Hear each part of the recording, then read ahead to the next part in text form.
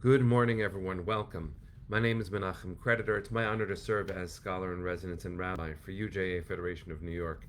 We bring you Torah and music, blessing, and community every weekday. We've been doing so since March 18th, 2020. Today is June 6th, 2024. That's over 4 years of Torah every single day, of community every single day, of finding friends from around the world every single day.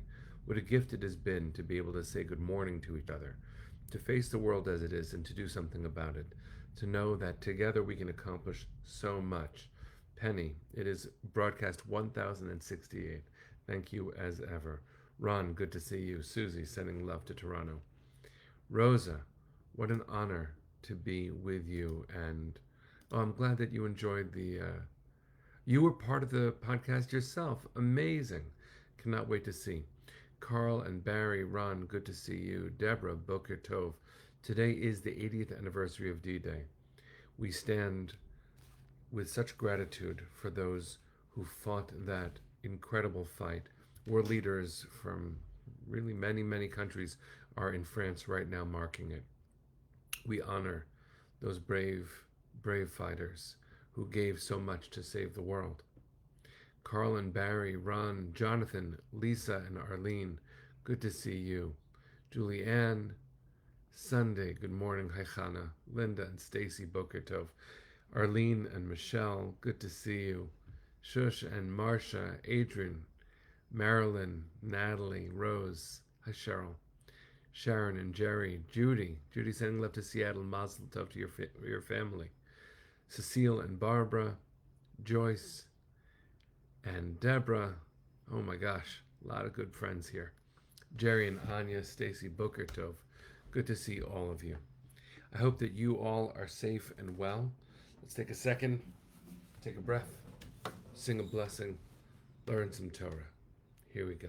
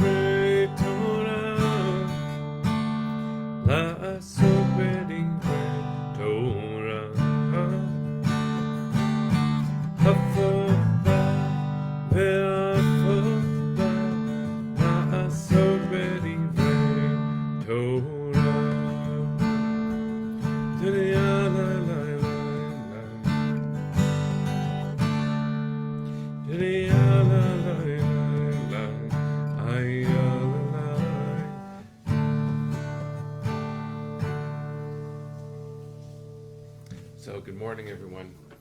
Hope that you and yours are doing well. So good to see all of you. And really, what a beautiful experience so many of us were able to share in person just 2 nights ago. Feels like a long time ago, and also, what a strange feeling that it isn't still happening. I'm feeling the reverberations of that evening in a profound way. And for those who would like, I've asked a colleague to post a link to the video of that evening so that you can watch it. There are certain parts of it that are very, very intense, and many parts of it that are beautiful. Even the intense parts are very, very beautiful. So, oh, there's the link. Thank you for posting it, friends.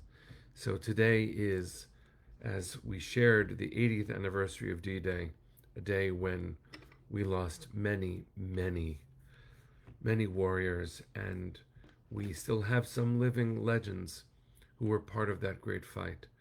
Um, May the world learn the lesson that war just costs too much and there should be no room for hatred or evil.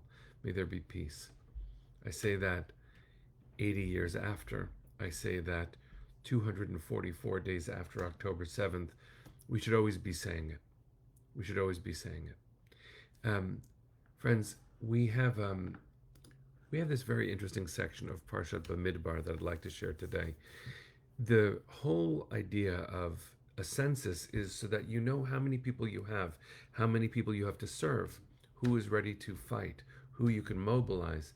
And it is fascinating to realize that we did that work. UJA just did it a few months ago, and we are beginning to share the results of the largest demographic study of New York's Jewish community, and we're learning a lot.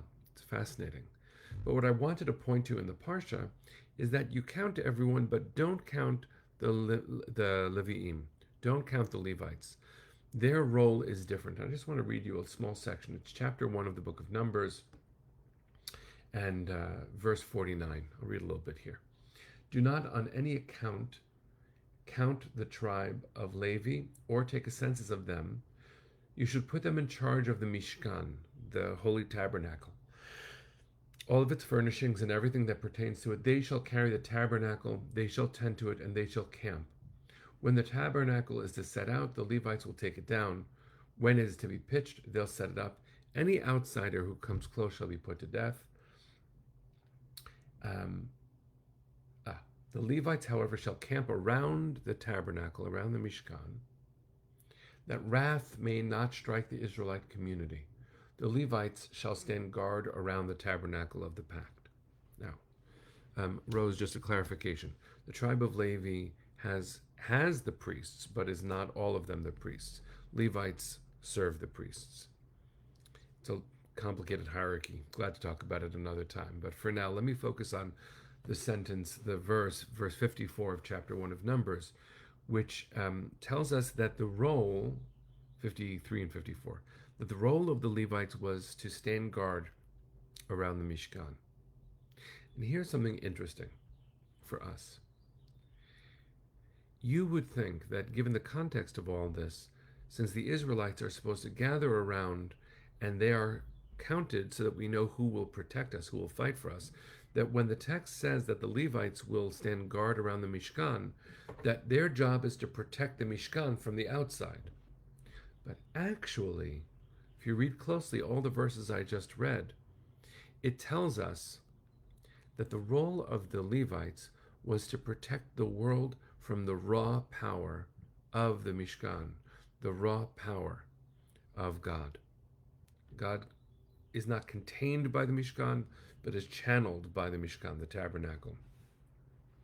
Why do I share this now? Because the raw power of righteousness, of rage, for some of us, the raw power of God, we know what happens because we know the story in the Torah. Nadav and Avihu, two priests, children of Aaron, who are not the wrong people, but it's the wrong time, come too close to the Mishkan, and fire shoots out from before God and devours them. And we understand, at least we think we do, that that isn't God desiring to kill anyone. It's what happens when you go unexposed to a source of energy, to the source. This is also true when we stand at the mountain. At Mount Sinai, the text tells us in Exodus that the Israelites were told, don't come too close. If you come too close, God forbid you'll die.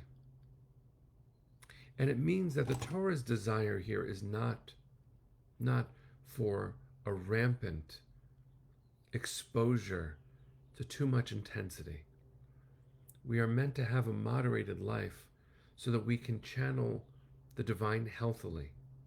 If we are not careful when we try to wield or connect to the divine, God forbid. God forbid. So the role of the Levites is to fight in a different way, is to keep us safe. It's to help us understand the source of our life, the source of our truth, because there are those who believe that their ideas about truth are more important than other people's lives. I could talk in great depth about what fundamentalism really means, but the shorthand of it, Rabbi Erwin Kula, who's a teacher of mine, said once, and I will never forget it, that when I believe I have more God than you, I'll go and get a gun. On this 80th anniversary of D-Day, we celebrate, we honor the bravery of the warriors, but we do not celebrate the use of weapons. And the difference is really important. The Torah affirms the moral mandate of self-protection, of self-defense. It's true. It's why we have a census to count who's in the army, but we do not count the army so that we know who we can go attack. The goal, friends, and the Levites represent this, and the rest of the community represent this, is to protect. It's one of the things that touches me most about the choice of name for Israel's army. Have you ever really thought, in the United States, it's the armed forces, the Navy, the Marines, Air Force, Space Force. But Tzahal, Tzva Hagana Yisrael, which we know in English as the IDF, is the Israel Defense Forces. Defense. We don't celebrate force. Yesterday was Yom Yerushalayim, was Jerusalem Day, a day that marks the reunification of the city of Jerusalem after the Six-Day War. There are those who see, as I do, the reunification of our ancient capital as holy. But there are those who see it as an excuse to cause harm to others.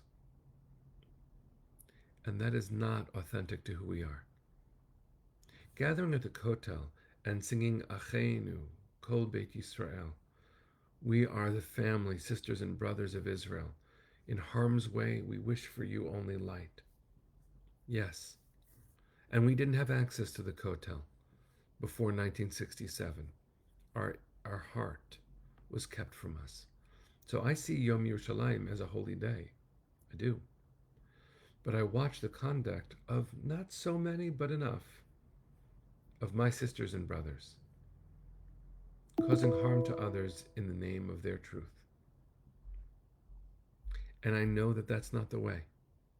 The Levites were there to protect the people from unfiltered raw energy. And I think we have to serve as Levites again. We have to make sure that as we fight with moral rightness to release the hostages, and while we fight for our very existence, we know that this fight is real. It is necessary and it is moral. We have to make sure that we also recognize that we wield great power.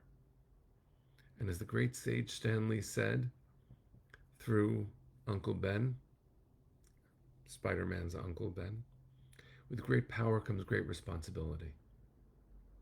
We want our children home. We want our parents home. We want our spouses, our grandparents, our babies home. And we'll fight for that. We should. We must. But like Levites, we also have to make sure that as we use this energy, we do so justly. We do so with a recognition that humility is necessary when wielding power. Those great warriors on D-Day, too many lost their lives. We all would wish for a world where no one would have to, which means we do pray for a day when swords are turned into plowshares. We don't want swords. The worship of weapons is blasphemous. It's another way of saying that the raw energy that we could wield in the world requires a little bit of moderation, a lot of mindfulness, a lot of thought. We will fight until our family is whole. But we do not want to break anyone else's family. Never. Never. That can't be what this stands for. That can't be what we stand for. May the world know just a bit of peace. May great rebuilding be the way that we allocate our resources. May every family be whole. May our family be whole. Friends, it's 244 days since October 7th. It's unacceptable. Let's pray and do whatever work we can to make sure that the leaders, elected leaders in Israel, citizens of Israel, everyone in a position of influence, makes a decision that leads more people to be able to participate in the great rebuilding ahead. Send your heart to the east, friends. Let's sing. Kol hod balevav pnima nefesh Yehudi homia ulefatei mizrach kadima ayin letzion tzofia Lo avda tikvateinu, hatikva bat shnot alpayim, liot am chofshi be'artzenu, eretz Zion v'Yerushalayim. Liot am chofshi Be'artzenu, Eretz Zion v'Yerushalayim. Bring them home now. Am Yisrael Chai. See you tomorrow, friends. Take care.